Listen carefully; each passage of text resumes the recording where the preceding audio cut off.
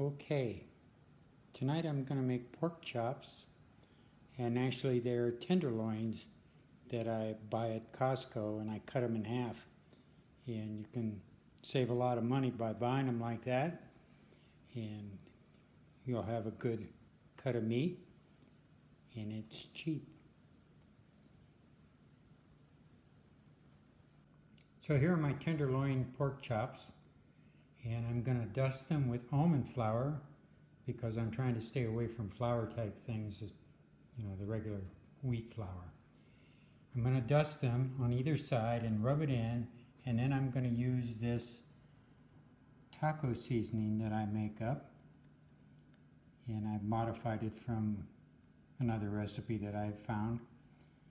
So I'm leaving it on here for a couple minutes so you can pause and maybe print it out or whatever you want. And then I make it, and so I'll sprinkle it on and rub it into these pork chops. Here I have what is going to be the rice and beans. I will first put in some onion, some white onion, sweet onion. I like to use sweet onion. I like the taste of it. And then I'll put the cauliflower and beans in and add a little chicken stock. For you vegetarians, you want to add vegetable stock. I don't happen to have any on hand right now, so I'm going to use chicken stock. As you can see, I'm heating up the oil on the pan that will fry the pork chops.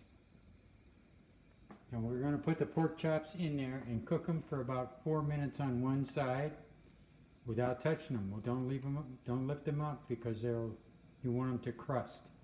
So this is what the pork chops look now with all the rubbing in with the almond flour and the taco seasoning. I preheated the oven to 425 degrees, and that's why I'm using a cast iron pan, because once I cook them on the stovetop, I'll then finish them in the oven.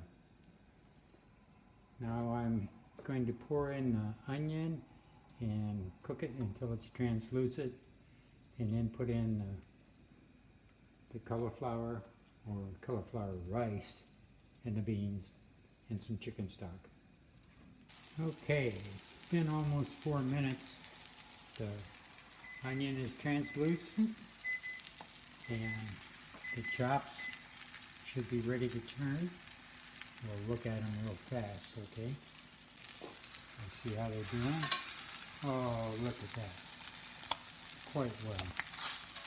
Now we'll only cook them about 3 more minutes on this side. Meanwhile, back at the farm, we're going to put the cauliflower rice and the beans in. Now this recipe originally called for white rice and a cup of water, cup and a half of water, and let it cook. We'll see what happens when we use cauliflower rice. I haven't done this before. I added about a cup, I believe, of chicken stock, and I've stirred this all up, and now I'm going to cover it to cook. My timer is about to go off in 20 seconds. When that goes off, I will then put it into the oven at 425 degrees. Alright, I've set my oven timer for 7 minutes. By that time I hope the cauliflower is cooked, and we'll see what happens. The cauliflower rice and beans is coming along very well. It's going to be, the cauliflower will be fully cooked. I think I should have only used a half of a cauliflower instead of a whole cauliflower. Oh well, I'll have plenty of leftovers. Yeah, just pulled them out of the oven after 7 minutes. I'm just going to let them rest probably about 5 minutes. And then I will have a pork chop. I will have the rice. And I'm going to have a couple sprigs of cilantro over the rice and beans.